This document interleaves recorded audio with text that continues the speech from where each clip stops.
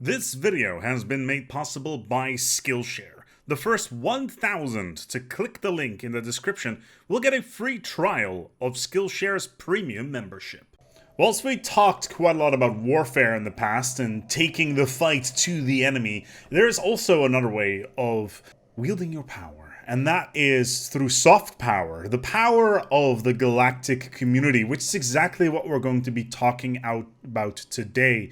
The magnificence of the resolutions, the joys of the diplomatic weight and how it is calculated, because yes, it is nowhere described within the game on how it actually works, and some other things as well. So let's dive right in and see how diplomatic power actually works and how to increase that diplomatic power so that you can become the Senate. So first things first, it's important to know that within the game there are several ways of generating diplomatic power. However, first we need to go and join the Galactic Community. Once you've made first contact with enough species, you will have the opportunity to start a Galactic Community, and this little icon on the top right of the screen will start to pop up. If we open that, we will end up on this particular menu where we have 3 different tabs and a whole bunch of text, and my god, there are so many numbers and there are so many icons, I have no idea what is going on, and that's perfectly fine. That's why we're here.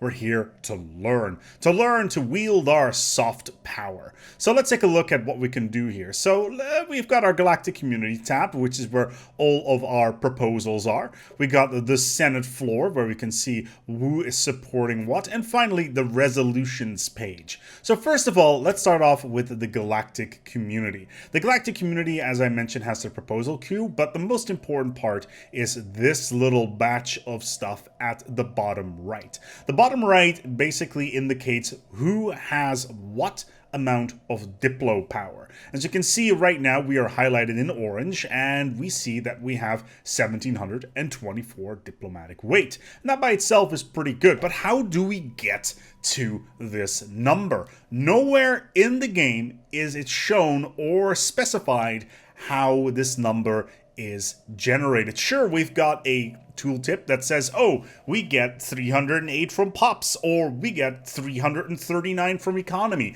but no specifications on how we actually get to those numbers, which is why today we're going to go and break that down. First of all, fleet power is actually generated through a bunch of math equations, and that is the following. Fleet power is relatively simple. It is your total fleet power divided by 5%. It's 5% of your total fleet power, basically. So you can go ahead and calculate all your fleet power that you have and take 5% of that, and there you go. That is your fleet power, your modifier anyway. It gets a little bit more complicated later on when more and more of the resolutions are unlocked and more bonuses are applied to that. Yes, Stellaris in the end is a game about modifiers, so get ready to add several 20% modifiers on top of that, and there you go. There's your fleet power. Then we have pops. Pops is actually rather convoluted because, as you can see from the tooltip, it says 308. However, we have 138 pops available. So where does this number actually come from?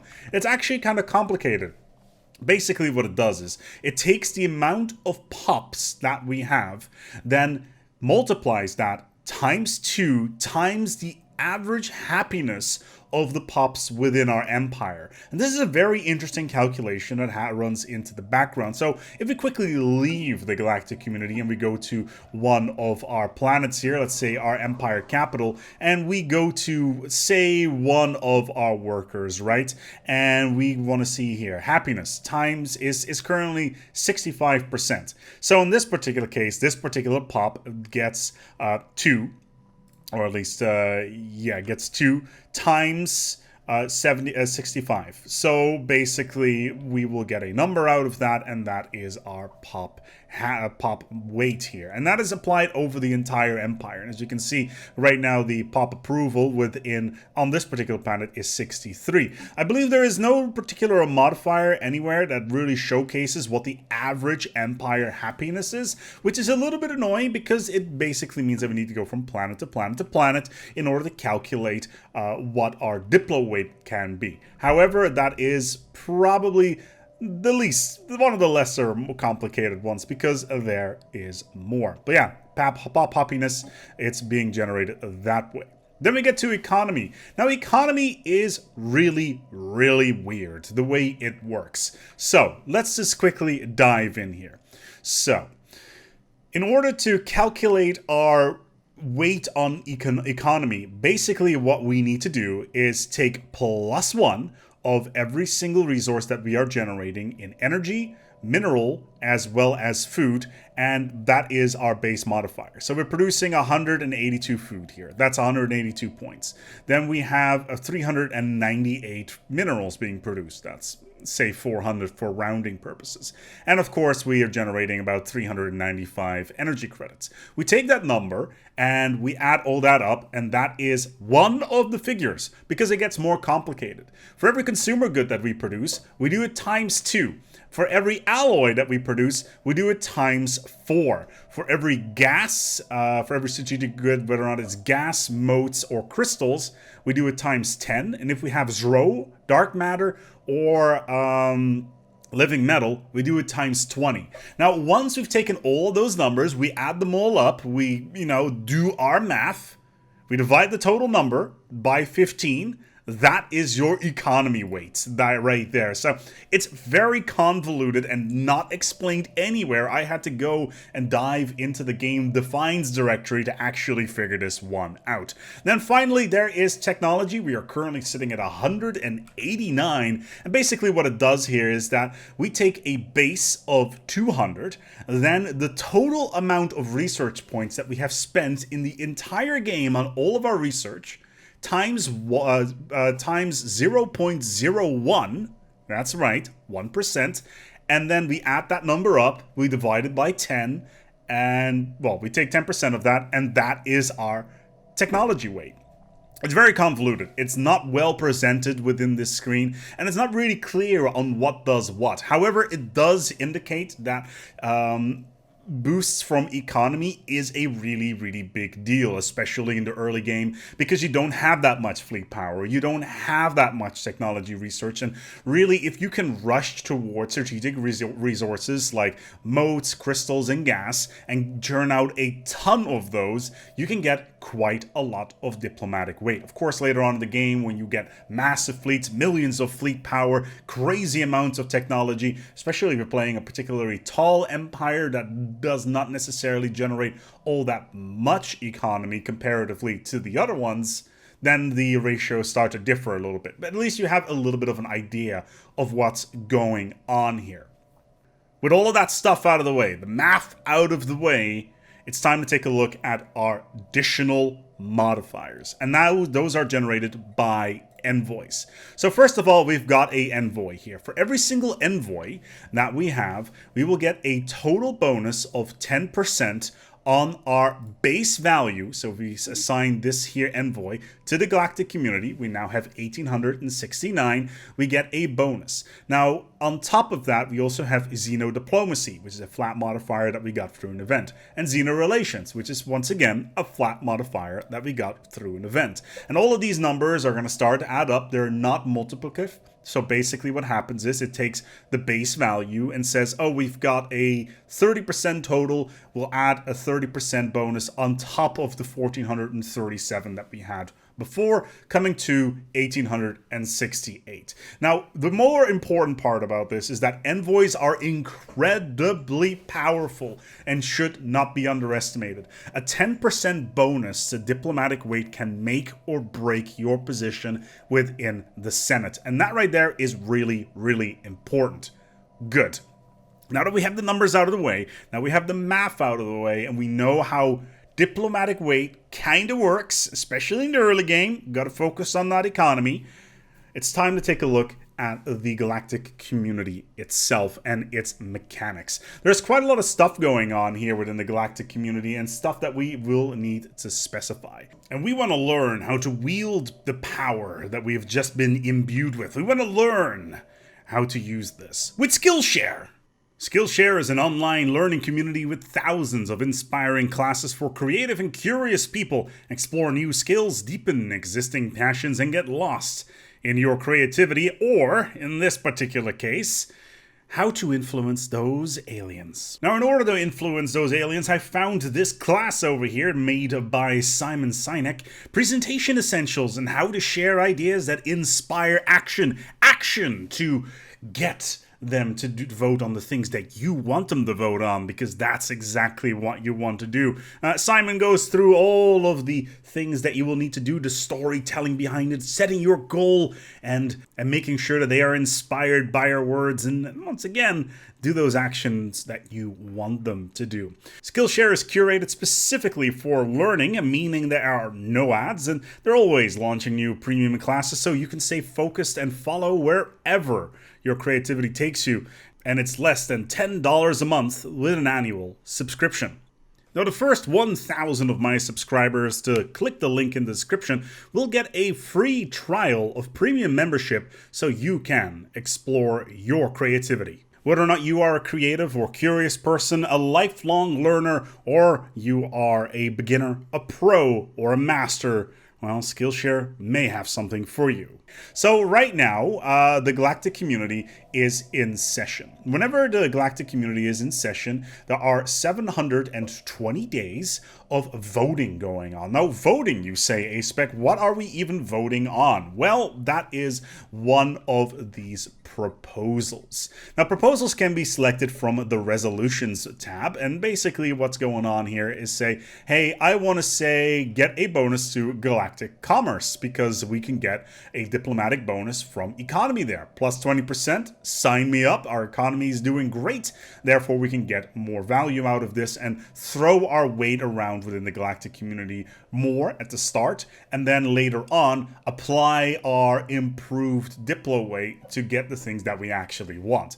So in this particular case, we can get additional trade value, but we can also get Diplo weight in this particular case, which is rather nice. However, buzzword standardization, it's currently not active, but leveraged privateering is currently one of the things. However, let's say that we don't want to have pan-galactic recycling initiatives.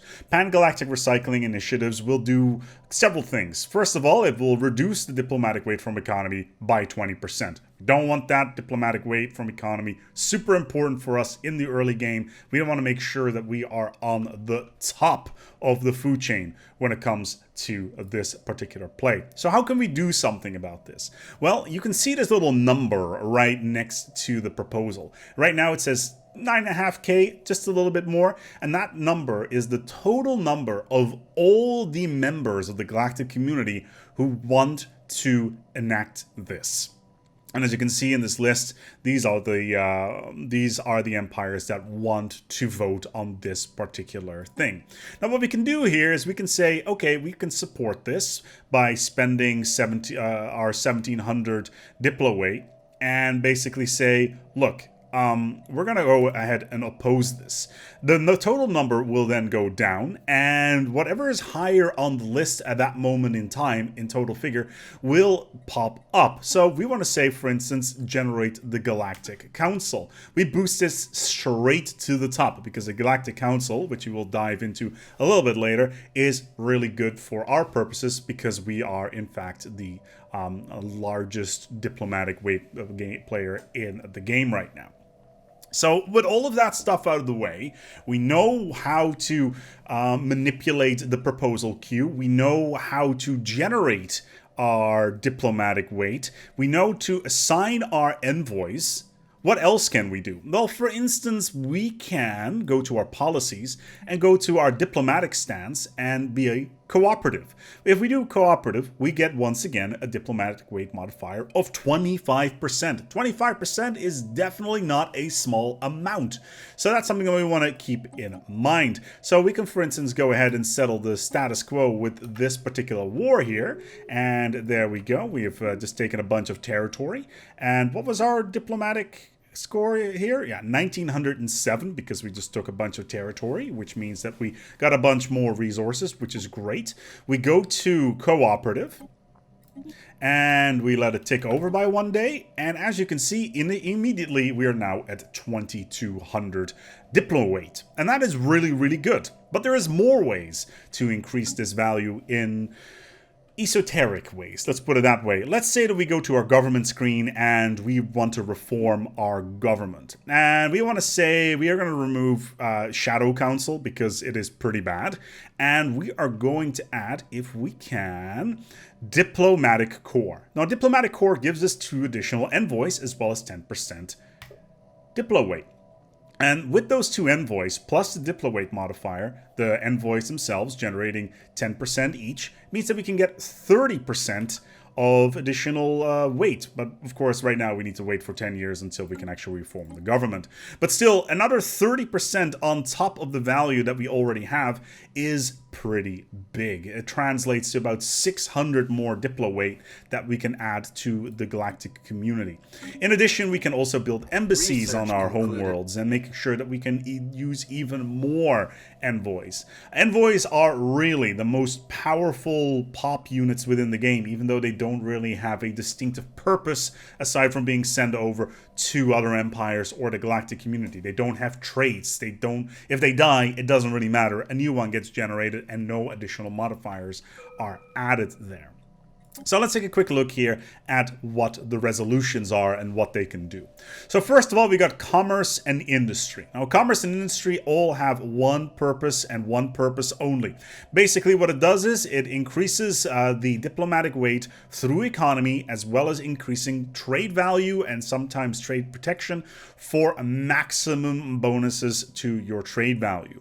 And this can do all sorts of things. For instance, we can do a maximized profit engines, where basically we can get a bunch of bonuses out of our Diplo weight. We can get additional naval protection, which is really good. However, there's also negatives to this. For instance, with Galactic Commerce, if we go all the way, naval capacity will be lowered by 15%, but resources will go up by 10%. Rulers will be super happy, leaders will be super expensive, and general happiness will go down, and of course that once again will impact our Diplo weight because of pop happiness. There's a lot of different things here that you need to keep in mind. Industrial development is relatively straightforward. Basically, it increases pop resource output.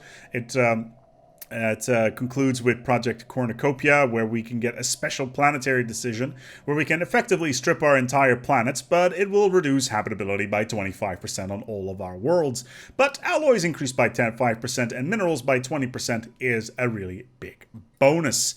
Galactic Market, it will start the Galactic Market. If you have the Galactic Market within your territory, you will get a reduction in cost for the Galactic Market, as I've already said.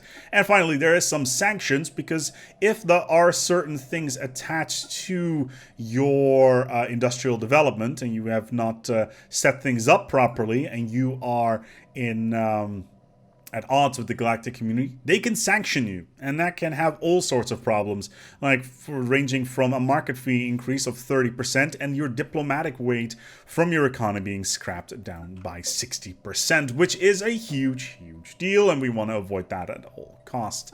The Greater Good is probably one of the better trees. You really want to get to greater than ourselves as fast as you can, because it allows you to get the greater than ourselves policy. And of course, we can enact those here under the edicts. Greater than ourselves, what it basically does is it allows pops to freely move to wherever they want at all times, as long as there are jobs, etc. However, this is going to change in the upcoming update. And this this terminates in the Universal Prosperity Mandate, where everybody is forced to become communists. That's what it kind of boils down to. Galactic reforms, forming the Galactic Council. We'll talk about that shortly. And finally, sanctions. It's the same story there. Environments and technology, ecological protection. Basically, it means that people are happy, and it ends with the Paradise Initiative. Basically, what this does is it completely negates diplomatic weight from economy, and basically food will increase, but everything else will be less. Pops will be super happy. They will grow relatively quickly, but everything else is pretty garbage, so don't go for this. It's not a good idea. Unchained Knowledge, it starts off with getting additional research station output, and it terminates into the extra-dimensional medical experimentation, where research stations increase by 50%. Researcher output goes up by 10%. However, there is also some red text here. What's the worst that can happen? The unbidden. The unbidden can happen, that's what it is. The divinity of life, which is effectively the spiritualist chain, comfort the fallen. Basically, you get a bunch of unity bonuses with this one, as well as spiritualist ethics attraction. However, the main issue here is that they will stop any sentient robotic life to be a thing, especially under defined purpose. And basically, every single AI species will be forced to become rogue servitors rather than whatever they are. Otherwise, they will be sanctioned by the Galactic Community. Space Fauna is a special one. It got added a couple of weeks after the expansion dropped. Basically, it allows you to say, hey, whenever you have a Tajanki or a amoeba within your empire, you can shoot it, or you can also kill it, and then you can get money for it. So that's nice. And again, sanctions are there as well. Mutual defense, defense and war. Effectively, you will need to upkeep your fleet.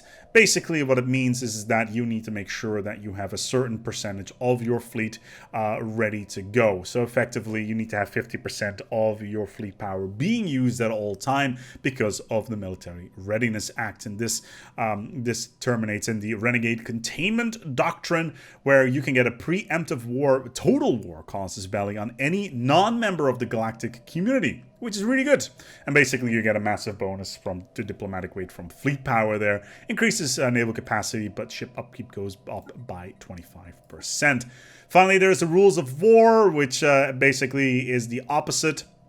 Diplomatic weight from military power is reduced by 20%, terminates in total demobilization. Basically, you get 0 weight from fleet power, and basically what it boils down to is if you have a fleet, it will be heavily frowned upon. So, yeah.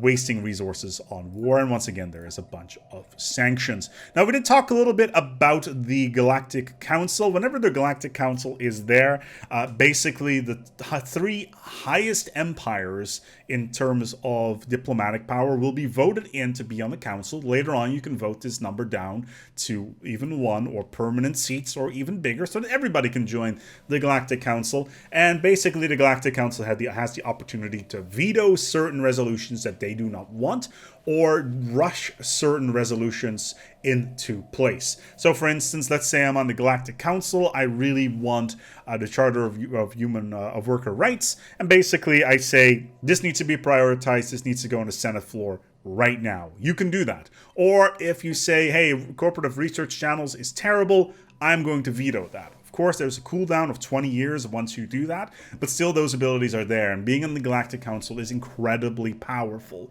So be aware of that. Overall, though, there is one more thing that we need to keep in mind, and we're going to take a look at who actually likes us. There's not a lot of people here, so let's take a quick look here at our neighbors. Let's see if we can trade with them. Basically, what we can do here is they can offer a trade deal, and we want to buy favors. Yes, we want to buy favors. Right now, these guys are not particularly interested in buying favors from us, but basically what favors means is that we can buy favors off of these aliens through trade deals, and basically say, hey, we want to buy 10 favors. That's the maximum amount of favors that we can have. We can then apply those favors to anything within the Galactic Community on the Senate floor and say, hey, I want to call in a favor. And if we have 10 favors, for every favor we get 10% of that alien empire's Diplo-power to apply to the vote tally. So basically, if we have 10 favors with another empire, we can use set Diplo weight to apply to what we want. Now, once we are in a position where our diplomatic weight outshines everybody else combined, you have effectively become the Senate, and you can push through whatever you want. I hope this was interesting for you and that you have a good idea now of what the Galactic Community does, how diplomatic power is generated, what the different trees do, etc., as well as, in the end, the whole favor system. In the meantime, though, I want to thank the sponsor for this video, Skillshare, as well as all of you, my viewers and my patrons. as well. I'm going to go and wrap up this video here. If you have any questions, put them down in the comments below. But we're going to go and wrap it up. Thank you so much for watching, and until next time, take good care of yourselves. And, as always, be the Senate